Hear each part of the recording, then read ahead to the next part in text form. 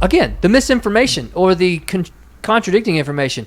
The Trump getting on there saying these things, that was in support of the FDA approving it. And now it's cautioned against.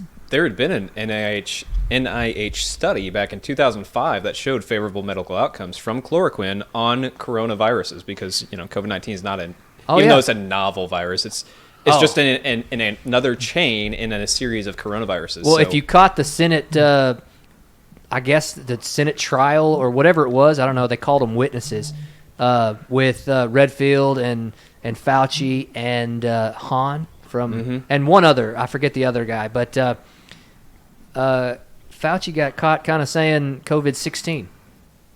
Like he was about 3 years behind on when they actually sent this virus out to people. Well, I mean, that adds up with some other material we might be getting into in a little bit. I'm just saying. I mean, was it a misspeak? Was he reading 19 and he's slightly dyslexic, so he said 16? I mean, come on.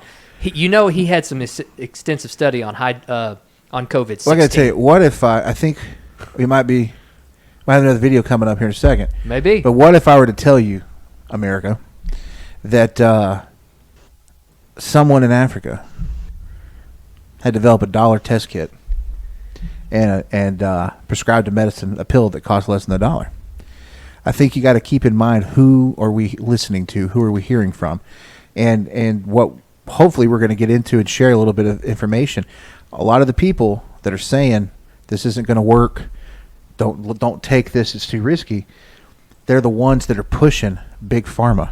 Yeah. The other drug study that everybody got excited about in the media, remdesivir. I think I might have butchered that. Remdesivir? Yeah. I was close. I heard it both ways. So let's watch the comparison between hydroxychloroquine. That's the one. Boom. There you go. When you say it so many times and you're dyslexic, it starts to sound the same. Pay attention to the gym at the end as well. That was very mind blowing. There's a gym at the end. There's a gym. The comparison between the two? No, the little after when it talks about. There's a little golden nugget of information. Are we talking about the same video? Let's find out. Let's find out.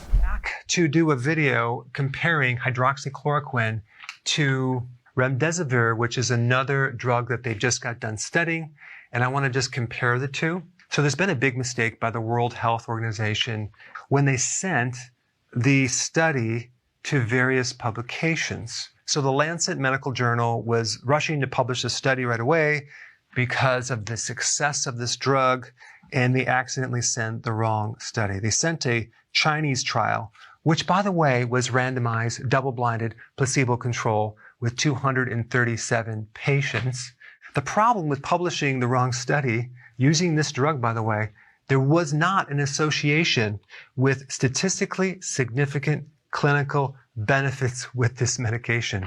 Whoops. So they republished the correct study that they wanted to show, which involved over 1,000 patients.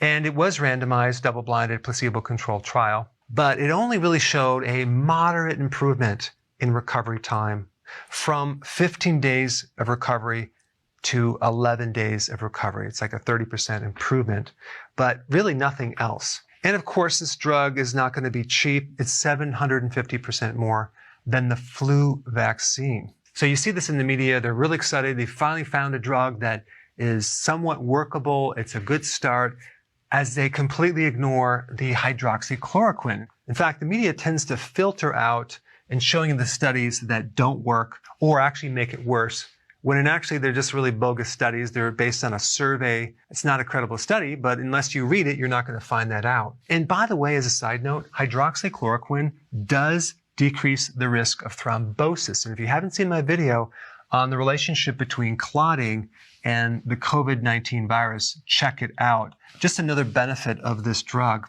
However, there is a new study, I'm going to put all these links down below, of a French virologist who tested hydroxychloroquine and an antibiotic that showed that 91.7% of all the patients that were tested for COVID-19 in 10 days did not test positive for the virus. This is incredible. This should be on the front page of the news, not this drug right here.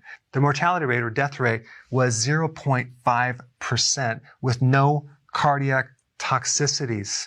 And this is an extremely inexpensive drug. I think it's like $1 a treatment. Obviously, the drugs that are really cheap don't get a lot of attention. Now, I'm glad you stayed this far because I want to show you an amazing story in Africa related to this drug that I think you'll enjoy. It's not just the Western world that has the scientific know-how to beat the virus. In Senegal, a laboratory has used its AIDS and Ebola experience to develop a $1 COVID-19 testing kit. Al Jazeera's Nicholas Hawk has more. Senegal is doing what most countries can't, testing everyone, symptoms or not, entering a health center for the novel coronavirus. It has no shortage of testing kit thanks to this lab at the Institut Pasteur. Researchers are developing a $1 quick diagnostic kit, originally made to test for dengue fever. Patients drop blood or saliva onto the devices and wait for a bloodline to appear, like a pregnancy test, explains researcher Amadou Sall. There is no need for a highly equipped lab. It's a simple test that can be done anywhere. The idea is to rapidly produce 2 to 4 million kits, not just for us, but for African countries, so that we can detect and isolate patients quickly. The sick are administered a cheap anti-malarial drug called chloroquine, commonly found in sub-Saharan Africa where malaria is endemic. With only 50 ventilator machines for 16 million people, Senegalese engineers are using a 3D printing machine to produce more. While imported ventilators cost $16,000, this one is just $60. Senegal is counting the cost and it's paying off. More than a month into the outbreak, the small West African nation suffered only 2 deaths, with most patients treated healed. Senegal has the largest rate of recovery in patients infected with the coronavirus in Africa, the third in the world, ahead of countries like the United States and France. And while it has a tiny health budget compared to those countries, it has a wealth of experience in dealing with infectious diseases and outbreaks. Amazing, isn't it? Inexpensive, great success rate. Put your comments down below. So, guys, hydroxychloroquine. First of all, I want to shout out again Todd Sullivan. Thank you for joining us. He had to go, got on a little bit longer, maybe said that he wouldn't be on for the hour that he was, but we appreciate him staying around. Plus, he was on, I think, for 20 minutes or so of the prep. Yeah, well, it's early in the morning over there. It really is. He's probably got to get to work. Yeah, I think we kept him quite a bit longer than he anticipated, but we do appreciate Windshine Chronicles, everything. Book 1 and 2. Yep. Hollow Men was book 1, came out December 19. May this year, May 1st, There Will Be One. Yep. The second installment. So give him a shout out, give him a check on Amazon, show him a little bit of love, and get your book club on. If you want to read this book with Average Joe's Media, you message us or send us a post. Make sure you tag not only the Average Joe but the Average Joe Boo. Yeah. Because he's told me if the people say book club, he's in on it. Well, Todd, I'm a math teacher, so if you have Cliff's Notes, I'd be appreciative of that. But anyway, so Touche. So hydroxychloroquine, far less expensive, far more effective in trials that have been conducted. And it's not being pushed. Why? It's not being widely shown. Why? Well, I guess there's no money to be made from it. Well, I feel like that's Bingo. probably the reason. So, when we talked about the the clip. But listen.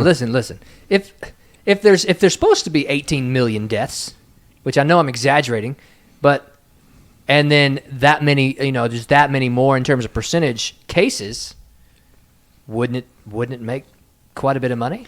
Well, I mean, obviously not as much as a $70 treatment, but still. Well, I think most Americans feel this way, and this is why I think as more information comes out, if there was foreign actors involved in this, if this was not done on the up and up, I hope that all of us will step up, speak up, rise up, and make sure this doesn't ever happen again. But most of us are fine with making sacrifice for the greater good. Most of us are fine making sacrifice for our family, for our fellow men and women in our country. Absolutely. So I think a lot of people are starting to ask themselves the question, wait a second, hold up. What did we do this for? If it was to save lives, then sure. If it was to protect people, obviously. But I mean, you've gotten small kids who are not able to see their grandparents. We are not promised tomorrow. Every day is precious. There are people that have lost out on months of time with their loved ones before, their time was up. Yep. And you can't replace that. Seeing the videos of the parents that are creating cellophane, plastic sheets with the glove holes, and these kids are crying because they're able to hug their grandma for the first time in 40 days. It's sickening. But I can relate. My in-laws, unfortunately, my mom lives with us, right? Or we live with mom. We live together, however you want to call it. Sure. But whatever bow you want to tie on. Exactly. I mean, but our in-laws, still very close with them. Have not seen them throughout this because, again, being respectful of underlying health conditions and the family and all parties included, it was heartbreaking. Mother's Day, we finally got together, and it was really, really good. But again, that was months worth of time we missed out. Well, and I want to know is that we've always had medically fragile people in our country. We've always had immunocompromised people in our country. So why is this different? We've always had to take precautions, or the people who have those conditions have always had to take precautions. What makes this different? Well, if there's this much outrage and this much outpouring of millions and billions and trillions of dollars for this, which I think most people, the people that need to be held accountable, are any of the people responsible for misinformation, misappropriation, and doing the bad things. 90% of the country, everybody was just trying to fall in line and do their best, just like generations before had. So it's no criticism to anyone for doing what they thought was best and trying to follow the law. But completely lost my train of thought on that one for a tiny second. Oh, you got it back. Boom, just like that. Okay, you know what good. I mean? Cat-like reflexes. That's good. But we started out with, we need to flatten the curve. Oh, yes. Flatten the curve doesn't mean we reduce infections. Exactly. We spread infections over a longer period of time so that the medical system can respond to it in a better way. Yeah, that whole plan had nothing to do with saving lives. No. It was about not collapsing the medical infrastructure. Absolutely. And what I want to know what happens after this, right? There are other diseases that we don't publicize the thousands of people that die every day. We don't talk about the number of suicides that are happening every minute in this country. We're not talking about the abortions that happen every minute in this country. We're not talking about the murders and all these other horrible things that are happening to people in our country, in our city, in our state, and around the world. Are we going to stay focused on that? Are we going to, as a people, try to move heaven and earth to protect all life and to prevent senseless, unnecessary deaths? That's a fair question. What's the litmus? Well, no, I'm just saying, I don't know. Well, that's what I'm saying. How do we establish going forward from here? I looked at 2017 data. Over 200,000 people died in 2017, a non-pandemic year, from respiratory diseases or chronic respiratory infections. So if 200,000 people die from chronic respiratory infections in a given non-pandemic year, more than have died from any COVID-related diseases this year, why are we taking such extreme measures when we know twice as many die from respiratory infections? You know what the sick thing about all this is? Is that, again, we talk about time. Time is the one thing that you can't buy. Time is the one thing that you can't get back. For all of these people, whether it's 30,000, 13, however many people have died during this span of time, regardless of what the outcome is, you know what's happened? No one's been able to be with their loved ones at the hospital. That's fair. No one's been able to bury their family or their friends that have died. They haven't been able to mourn properly. They haven't been able to say goodbye. They've been doing it from cell phones and Skype messages. Which brings up an important point. When we talk about medical informed consent, if you're not able to make informed consent for yourself, who is there to make medical decisions on your behalf? A scheduled Skype call. Fauci. Or the presiding doctor or nurse or whoever's in that room. But or it's not one of the puppets. Or legislation built into the ACA that nobody wants to talk about because no one's read all the pages. Well, let's talk about somebody that's from Dallas. Somebody that has some firsthand insight. Dr. Lozano. Let's listen to Dr. Lozano. My name is Yvette Lozano. I practice medicine in Dallas, Texas, and have been doing so for the last 20 years. I am an activist, and that began when Obamacare showed up. Currently treating COVID patients in my office. Let's start just with some simple numbers, and we've heard these numbers, but I want you to think about them. 330 million people in the United States of America. 29 million people in the state of Texas. 2 million people in Dallas. 111 dead. Here is how it is notified to you. 27,000 positive COVID tests. 3,000 recovered. 111 dead. Well, if 3,000 are recovered from 127,000 positive tests, that's 124,000 that have recovered, right? Because we've only got 111 deaths. These patients present with a fever like the fever that you get with malaria. It comes on at night. They have night sweats. These patients present with cough only elicited with deep breath. So they are short of breath. Their lungs are tight, as though you would notice with an asthmatic attack.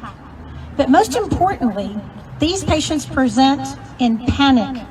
They are afraid. They are anxious. They're actually afraid to get diagnosed. Go to the emergency room, they're turned away. If they have a fever, they're sent home and told to quarantine to save the rest of society.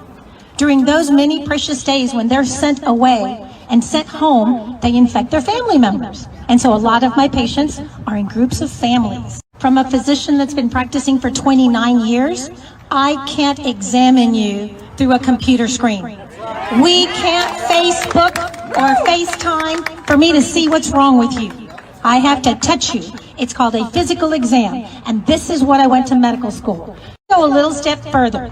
Let's talk about treatment, okay? You would think that I would get some kind of guidance from the American Medical Association, the Texas Medical Association, the Dallas County Medical Association. Well, I was on a live telecast, and here's what I heard from the Texas Medical Association. We need to increase visas to bring in foreign medical doctors to help us take care of COVID patients. Really? That was my last call, right? Okay, so where and how did I learn how to treat COVID patients? Well, I'm going to tell you. I learned it from the President of the United States, Donald Trump. Started slipping through the cracks and calling me. Are you open? Hell yes. Can I come in? Absolutely. That's what I make the big bucks on.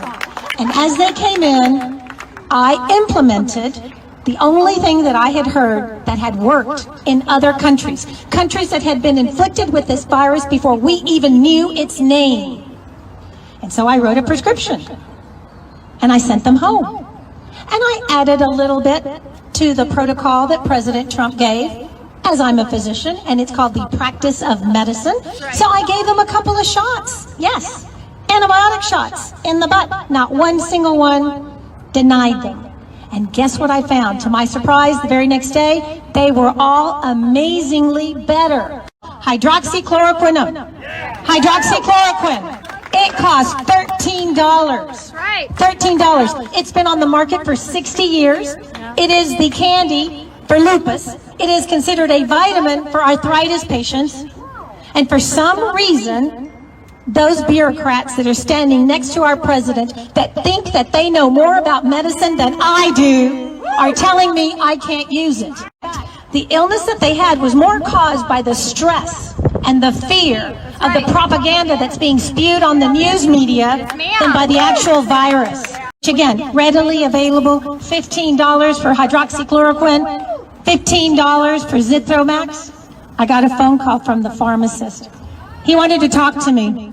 He wanted me to tell him what the diagnosis was for my patient number 1 and what was the diagnosis for patient B and patient C. So there's Dr. Lozano talking about her hydroxychloroquine experience and how it was significantly better than all the other things that she could even think of because she wasn't given much instruction. I mean, Donald Trump gave her a little instruction, and apparently it was just enough. Well, I think, we've talked a little bit in the past, and we'll get into, I'm sure, more as the weeks go on, but the connection between some governing bodies, if you will, in the world, sure, powerful people and medical institutes. It's really, I think we talked about this last week. It's taken the medical community, the people that we trust, our doctors, time to wrap their head around it. In April, and I was really shocked that this happened in April, the Association of American Physicians and Surgeons has a post on their website that says, now that we've talked about how to say it, I'm going to butcher it. Yeah, you are. Hydroxychloroquine. I hesitated. Chloroquine. There we Not go. a hydrochloroquine. Hydroxychloroquine, queen, yas. It has about a 90% chance of helping COVID-19 patients. This was in April, and so they talk about studies across multiple countries, thousands of people, 91.6% improved clinically. Only 63 deaths out of over 2,000 people, and but they talked about a portion of those, like 11, in a single retrospective, were reported from the Veterans Administration, were patients that were already severely ill. And then, I'll admit, I'll try to say this anonymously. A group, me and Joe Boo are part of, saw an article come out through this body that said to go start buying up zinc tablets and stuff, and I was like, oh boy, they've drank the Kool-Aid now.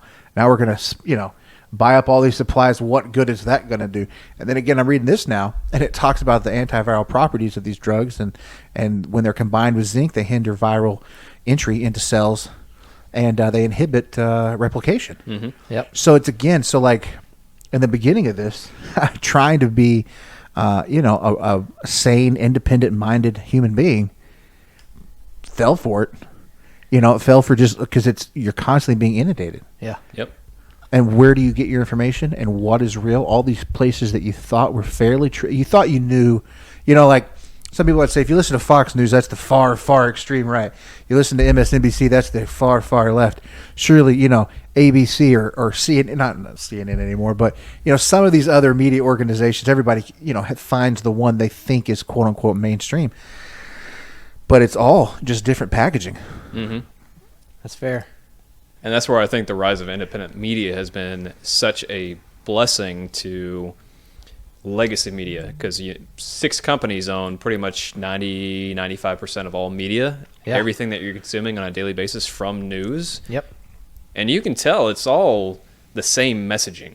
It's all the same messaging over and over again, packaged for different companies or different news stations in the same way. They say it's been surprising. I've seen clips where they've run together broadcasts, evening broadcasts or morning broadcasts from like 50 or 60 different cities. They all say the same thing. Yep. Same word, same reaction. And, being Dallas-Fort Worth native, growing up WFAA, my grandfather, was it Sam? It's not Sam Johnson. Scott Scams. I think Scott Scams was their... Scott Scams. Scott Scams, That sounds like he's on the right podcast. Yeah. I think it was Scott Sams, maybe. I forgot his name, but was an older gentleman, wore glasses, the meteorologist. When he came on, it was a word of God, basically. You know what I mean? Like, he knew everything. Del Hansen, all of them. We watched Channel 8. That was our source of truth. And I've been really disappointed. They were bought... oh, man. Belo sold off all their media, and so now they're owned by a company starts with a G. They're ordered by them too. Yeah, that's fair. Yeah. I said that wrong again. Here we are, the bewitching hour, getting close to 9 o'clock. That's fair. So anyways, in some of my travels throughout the state, staying in hotels, getting up in the morning, turning on the news, it's the same thing. It's just a giant echo chamber. Yeah, if you like WFAA now, any place in the state of Texas, you're going to find one of the company's owned local news stations, and it's the different people, different faces, different voices, but it's literally the same thing. And that was just really disappointing because, again, you had a news source that you used to trust, that you thought was legitimate, and whether they were or weren't in the past is unknown. But now they're just a cog in a much bigger mechanism.